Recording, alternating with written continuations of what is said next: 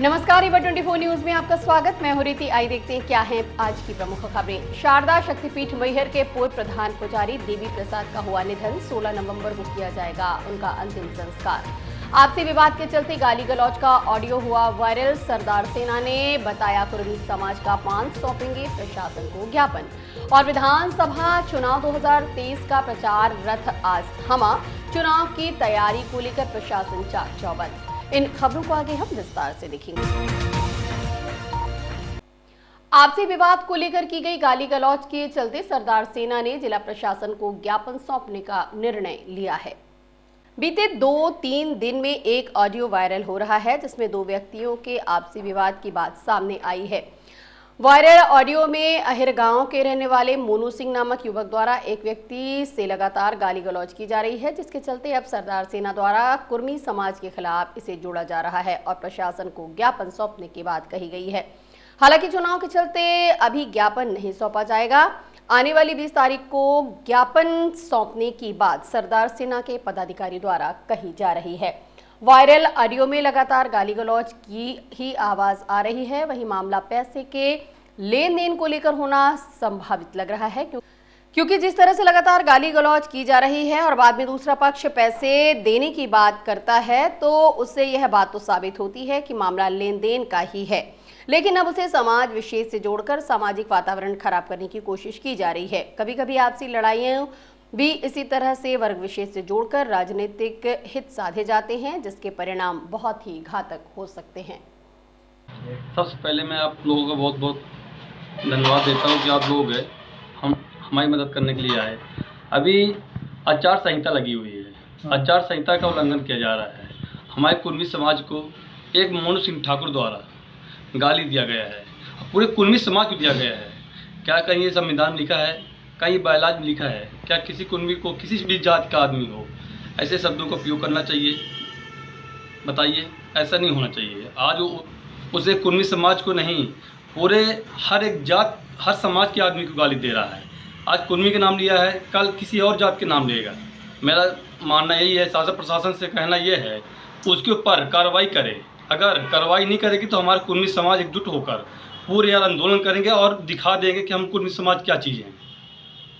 ये कौन आदमी गाली दे? ये मोनू सिंह ठाकुर है, अहिर गाँव का है, हमारे पाटन जिला विधानसभा है। किसको गाली दे रहा है? ये समाज कुर्मी समाज का एक लड़का है, उसको गाली दे रहा है।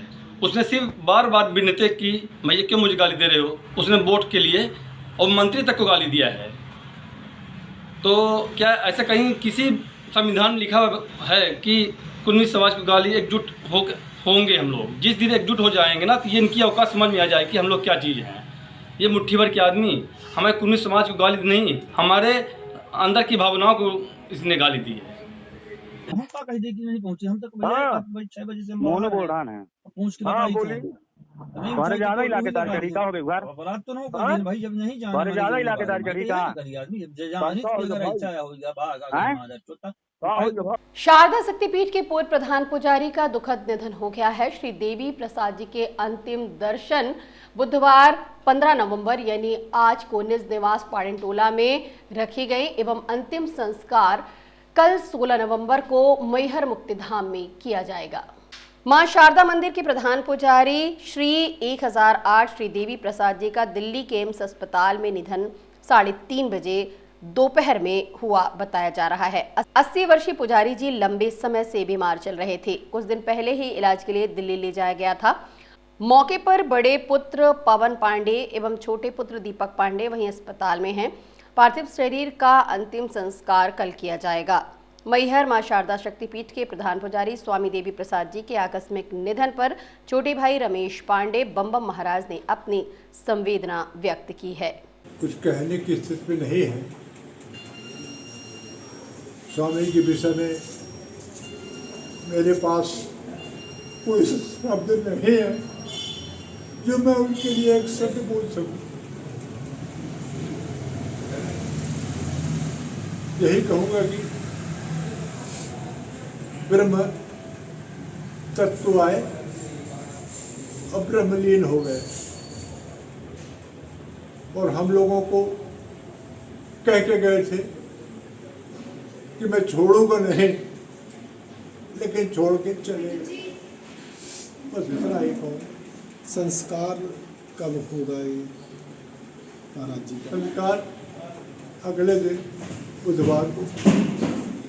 रीवा कलेक्टर श्रीमती प्रतिभा पॉल ने एक आदेश जारी करते हुए कहा कि रीवा और मऊगंज जिले के सभी विधानसभा क्षेत्रों में चुनाव प्रचार की अवधि 15 नवंबर को शाम 6 बजे समाप्त हो रही है।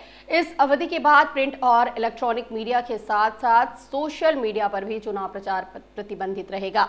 कोई भी उम्मीदवार अथवा राजनीतिक दल 15 नवंबर को शाम 6 बजे के बाद चुनाव प्रचार न करे।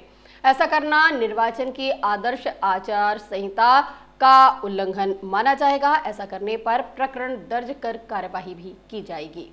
और अब मिलते एक छोटी सी ब्रेक के बाद।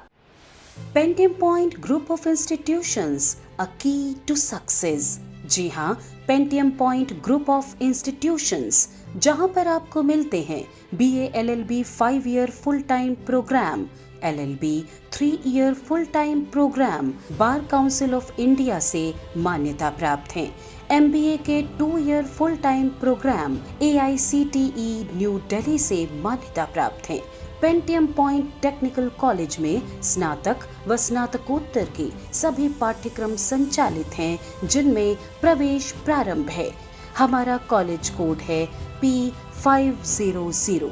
याद रखिए, सामान्य वर्ग BPL कार्ड धारकों को शिक्षण शुल्क में छूट व SC ST OBC छात्रों को मध्य प्रदेश शासन के नियमानुसार छात्रवृत्ति।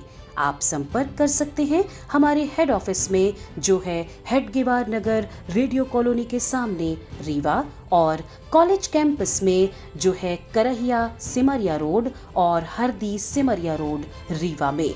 अधिक जानकारी के लिए हमारे फोन नंबर पर संपर्क कर सकते हैं। हमारा फोन नंबर है 07662438035। मोबाइल नंबर पर भी संपर्क किया जा सकता है, जो है 9993208439।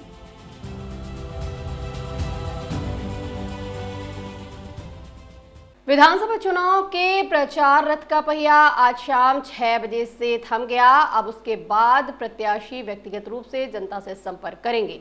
वहीं आज अंतिम दिन सभी दलों ने विंध्य क्षेत्र की सभी विधानसभा क्षेत्र में अपना पूरा जोर लगा दिया। इसी कड़ी में भारतीय जनता पार्टी ने आज एक पत्रकार वार्ता का आयोजन किया। क्या कहना है भारतीय जनता पार्टी का, जानने के लिए आइए चलते हैं पत्रकार वार्ता में। भारतीय जनता पार्टी के माननीय राष्ट्रीय अध्यक्ष जगत प्रकाश नड्डा जी ने, हमारे प्रदेश के यशस्वी प्रदेश अध्यक्ष विपुल शर्मा जी, प्रदेश के यशस्वी मुख्यमंत्री शिवराज सिंह जी और हमारे चुनाव अभियान समिति के संयोजक नरेंद्र सिंह तोमर जी के द्वारा विगत 11 नवंबर को मध्य प्रदेश 2023 चुनाव के संबंध में भारतीय जनता पार्टी का संकल्प पत्र जारी किया गया।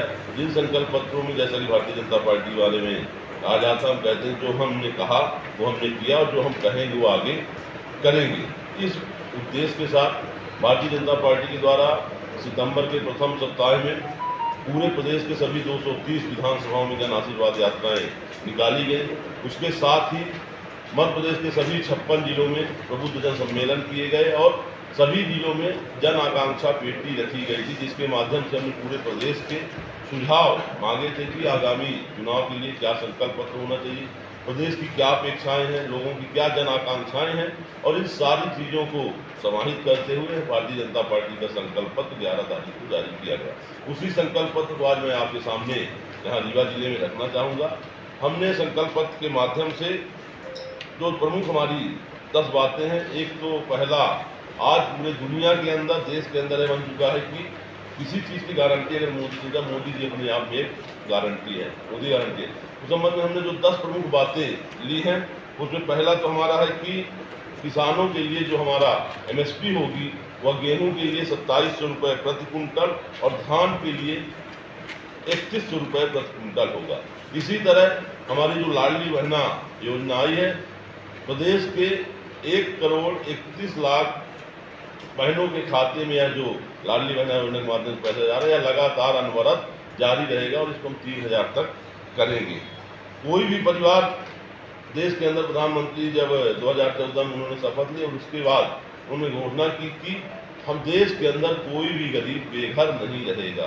कोई भी व्यक्ति और किसी भी जाति वर्ग समाज का हो वह बेघर नहीं होगा। सबके लिए पक्का मकान व्यवस्था होगी। इसलिए प्रधानमंत्री आवास योजना और मुख्यमंत्री आवास योजना के तहत जिनको भी अभी तक मकान नहीं मिले हैं, आगे चलकर ऐसा कोई न बचे, इसके लिए सभी को मकान देने का काम किया जाएगा।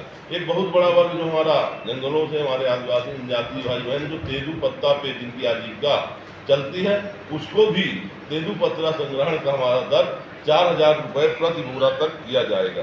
गरीब कल्याण के लिए 12वीं तक सभी प्रकार की शिक्षा मुफ्त की जाएगी। सभी को मुफ्त शिक्षा का अवसर प्रदान किया जाएगा। इसके साथ ही प्रत्येक परिवार एक रोजगार, इस नारे के साथ मध्य प्रदेश के अंदर अगले 5 वर्षों में प्रत्येक घर से एक रोजगार देने का हमारा संकल्प है। और कोई भी ऐसा परिवार नहीं होगा जिस घर में एक व्यक्ति को रोजगार न दिया जाए। रोजगार से आशय, जब हम रोजगार की बात करते हैं तो हमेशा उसको एज्यूम किया जाता है सरकारी नौकरी भी होगी। उसके साथ ही उनको जीविकोपार्जन का साधन उपलब्ध हो। वह रोजगार खुद का व्यवसाय हो सकता है, प्राइवेट नौकरी हो सकती है। अन्य माध्यमों से उनको हम प्रत्येक परिवार में एक रोजगार देने का काम करेंगे। इस तरह भारतीय जनता पार्टी के द्वारा अगले 5 वर्षों में इस मध्य प्रदेश को समृद्ध और विकसित मध्य प्रदेश बनाने में कोई कसर नहीं छोड़ी जाएगी। विगत 5 वर्षों में भी जो हमने संकल्प पत्र हमारा था, जो हमने वादे किए थे, अभी विगत महीने हमने आपके सामने ही अपना 20 वर्षों का रिपोर्ट कार्ड भी रखा था। बीच के 15 महीने छोड़कर जो हमारा 20 वर्षों में जो हमने काम किया वह भी रखा था। और अगले 5 वर्षों में जो हम करने जा रहे हैं या हमारी सरकार के द्वारा जो किया जाएगा, जो हमारी प्रमुख चीजें होंगी, वो हमने आपके सामने रखी है। और इन्हीं संकल्प पत्र के आधार पर हम रीवा जिले की जनता, प्रदेश की जनता से भारतीय जनता पार्टी के पक्ष में मतदान करने का आह्वान करते हैं कि अगर भारतीय जनता मध्य प्रदेश को विकसित बनाना है, मध्य प्रदेश को समृद्ध बनाना है, गरीब कल्याण की योजनाओं को रखना है, गरीबों के जीवन स्तर को उठाना है और सबको सम्मान के साथ जीना है, तो भारतीय जनता पार्टी को मतदान।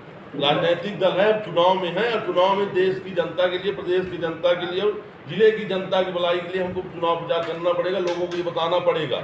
आप यहाँ बैठे हुए 2003 के पहले की स्थिति, आज जो युवा 18 साल से 23 साल का है, 2003 के पहले वो 3 साल का था, कुछ पैदा भी नहीं होते, उनको 2003 की पहले की स्थिति नहीं मालूम है। 2003 की पहले मध्य प्रदेश का क्या हाल था, 2003 के पहले रीवा का हाल क्या था, 2003 के पहले रीवा के गाँवों का हाल क्या था, रीवा की कृषि की स्थिति क्या थी, रीवा में बिजली की स्थिति क्या थी, रीवा में पानी की स्थिति क्या थी, खाद के लिए लाठी जलती थी। ये हमको बताना पड़ेगा क्योंकि उसको ये नहीं मालूम कि 2003 पहले क्या स्थिति थी। और वो सारी चीजें बताने के लिए हमें लोगों के बीच जाना पड़ेगा। और प्रचार में दम लगाना कोई बुरी बात नहीं है। जिसको जो भी काम करना है उस काम में दम लगाना ही चाहिए। आप पढ़ाई करते हैं, आप दोनों बातें कर रहे हैं, एक तरफ दम लगाना पड़ेगा, एक बार बेरोजगारी के लिए आप कहते हैं कि वो नहीं हुआ, आपने दम लगाया, दम लगाया तो दम तो लगाना ही चाहिए। जो भी काम करिए, आप पत्रकारिता करते हैं पूरे मनोयोग से करते हैं। मैं राजनीतिक पार्टी का जिला अध्यक्ष हूँ। राजनीतिक पार्टी का काम है कि हम चुनाव में जाएंगे, पूरे जोर शोर के साथ जाएंगे, लोगों के बीच अपनी बात रखेंगे। तो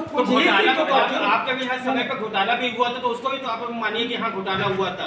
चाहे कोई सा भी घोटाला हो, कोई सरकार कोई घोटाला नहीं हुआ, लेकिन कुछ ही सीटों पर फोकस क्यों, कुछ ही सीटों पर सारे राजनीतिक दल क्यों भारी पड़ रहे भाई? दौरे पर दौरा, दौरे पर दौरा। तो हम कह रहे हैं कुछ ही सीटों पर, सभी सीटों पर कह रहे हैं, सभी सीटों पर। मैं यहाँ बैठा हूँ, सभी सीटों में कौन सी सिमरिया विधानसभा क्षेत्र के कांग्रेस प्रत्याशी अभय मिश्रा ने चुनाव प्रचार के अंतिम दिन पूरी ताकत लगा दी। उन्होंने कई रैलियां निकाली और जनसंपर्क किया, साथ ही वर्तमान सरकार पर जमकर निशाना साधा।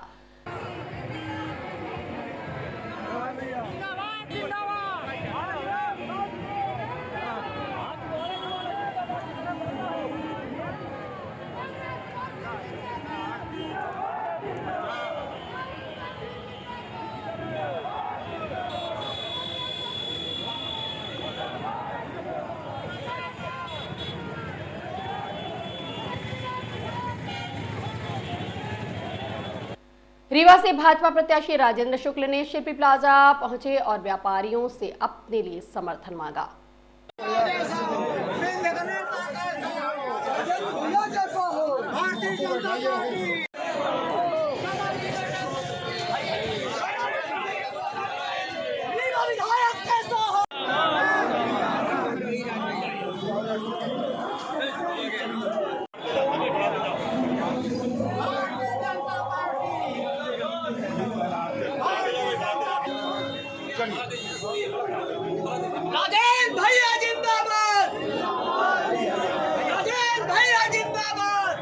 गुड़ विधानसभा क्षेत्र से भाजपा प्रत्याशी नागेंद्र सिंह ने भी आज अंतिम दिन जनसंपर्क किया और जनमानस से अपने लिए समर्थन मांगा। देवियों और सज्जनों, ये चुनाव अब इस स्तर पर आ चुका है कि मैं आपसे सबसे आपकी मेहनत जो इतने दिनों हुई है उसके एवज में एक दान मांगता हूँ कि अगले 36 घंटे, जैसे राम सिंह जी ने बताया कि 36 घंटे बचे हैं, अगले 36 घंटे आपको नींद का दान देना है। आप सोए नहीं, जागरूक रहें। चुनाव हो चुका है, चोरी न हो जाए इसकी सुरक्षा करना हमारा आप सबका काम है। पहला तो ये दान मांगता। दूसरा, आपने इतनी बड़ी रैली की, इतने कार्यकर्ता पूरे जगह जगह से पधारे, उन सबका हृदय से धन्यवाद करता हूँ। हमारे सारे जो मेहमान जिनका नाम लिया मैंने, अन्य मेहमान जो पधारे हैं, वो बड़ी कृपा करके इस मंच पर इकट्ठा हुए और पूरा एकजुटता का परिचय पूरे जिले में दिया है, गुड़ क्षेत्र में दिया है। उसके लिए उनका सबका मैं आभार मानता हूँ।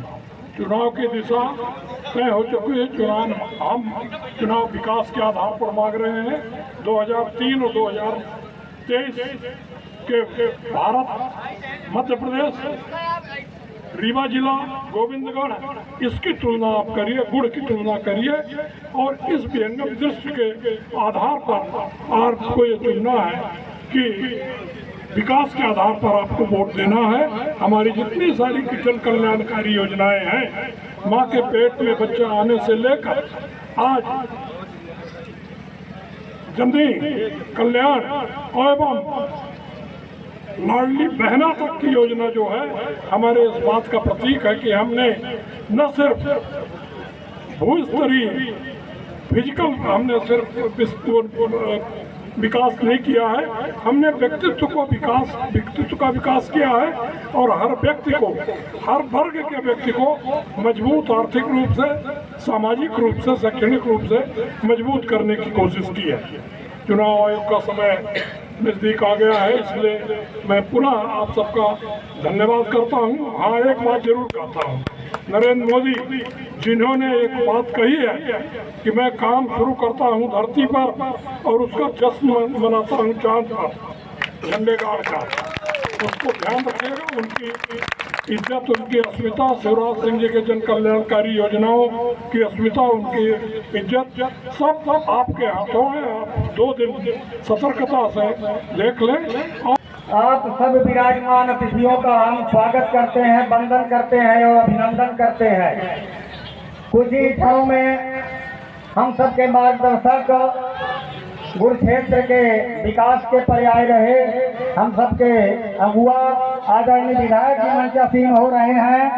हम चाहेंगे कि आप सब लोग जोरदार ताली से स्वागत करें, जोरदार ताली। आज इस जनसभा में उपस्थित भारतीय जनता पार्टी के जुझारू कार्यकर्ता, जाबाज कार्यकर्ता, हम आप सबका इस जोत खरोश के लिए हार्दिक स्वागत अभिनंदन करते हैं। मैं आगे करूंगा नारायण मिश्रा जी पे आए और अपनी बात कहें। नारायण मिश्रा जी।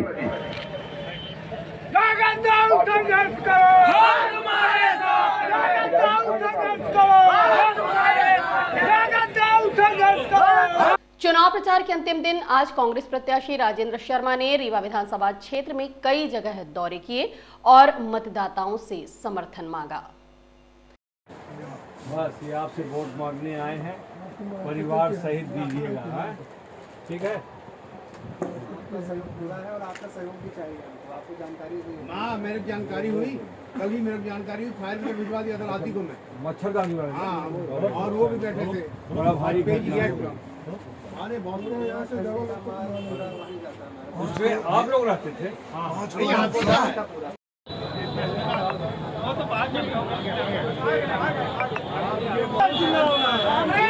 इधर आपका हाथ राजेंद्र शर्मा के साथ।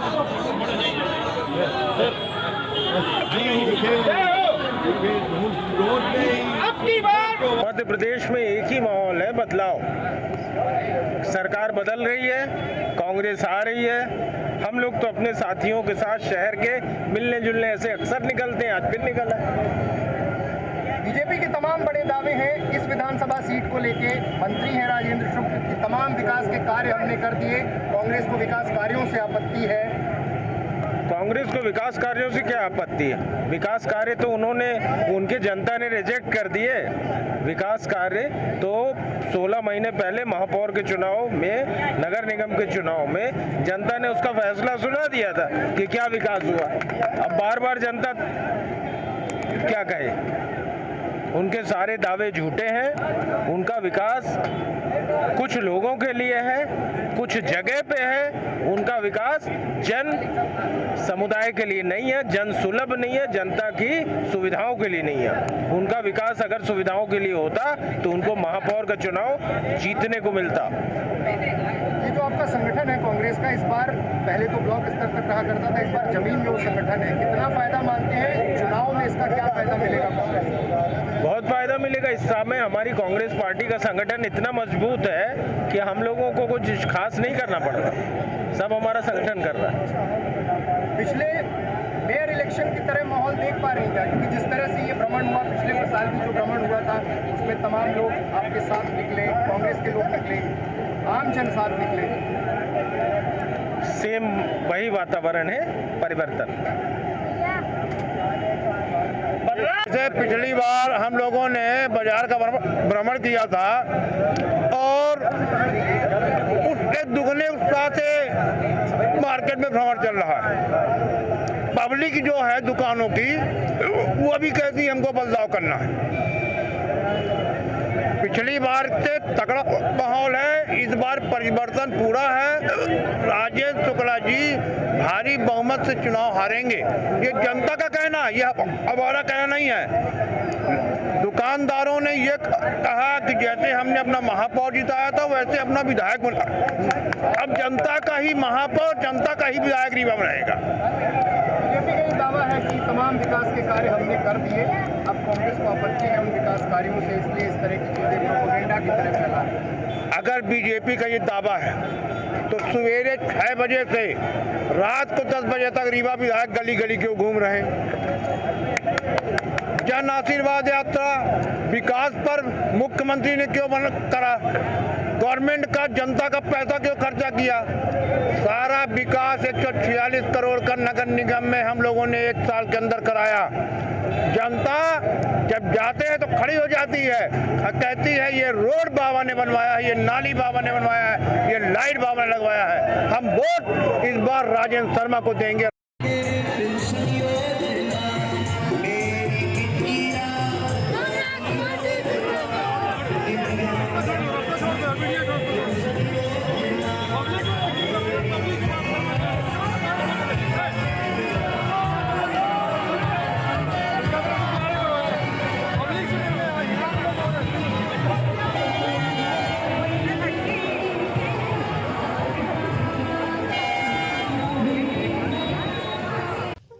अब आपके शहर रीवा में पुष्पांजलि ग्रीन्स मैरिज गार्डन की हुई शुरुआत। शादी, बर्थडे पार्टी सहित अन्य कार्यक्रमों के लिए सर्व सुविधाओं के साथ आप सभी के लिए सस्ता एवं उचित दाम पर उपलब्ध है। 2 एकड़ से अधिक एरिया में बने मैरिज गार्डन में सीसीटीवी कैमरे एवं बेहतरीन पार्किंग व्यवस्था के साथ में 6 कमरे, अटैच लेट बाथरूम, उत्तम हॉल की व्यवस्था, इतना ही 4500 वर्ग फीट में निर्मित मैरिज हॉल सभी व्यवस्थाओं के साथ उपलब्ध है। पुष्पांजलि ग्रीन्स मैरिज गार्डन बदराव स्थित शिल्पी ग्रीन्स के बगल में गुड़ रोड, रीवा।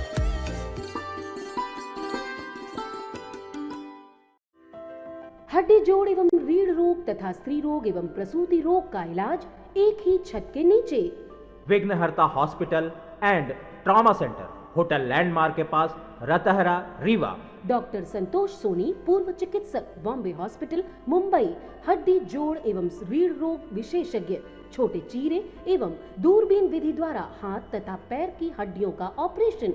गठिया बात, जटिल एवं बिगड़े हुए फ्रैक्चर का बेहतर इलाज करते हैं डॉक्टर संतोष सोनी। विघ्नहर्ता हॉस्पिटल ट्रॉमा सेंटर में ही स्त्री एवं प्रसूत रोग विशेषज्ञ डॉक्टर शैलजा सोनी भी उपलब्ध हैं, जिनकी देखरेख में नॉर्मल डिलीवरी, सिजेरियन ऑपरेशन एवं बच्चेदानी से संबंधित ऑपरेशन की बेहतर सुविधा। संतानहीन दंपत्ति तत्काल संपर्क करें। विघ्नहर्ता hospital and trauma centre, hotel landmark के पास, रतहरा रीवा। सुविधाजनक एवं सफल इलाज हेतु आज ही संपर्क करें विघ्नहर्ता hospital and trauma centre, hotel landmark के पास, रतहरा रीवा। मोबाइल नंबर 7828781983 अथवा 8462956774 पर।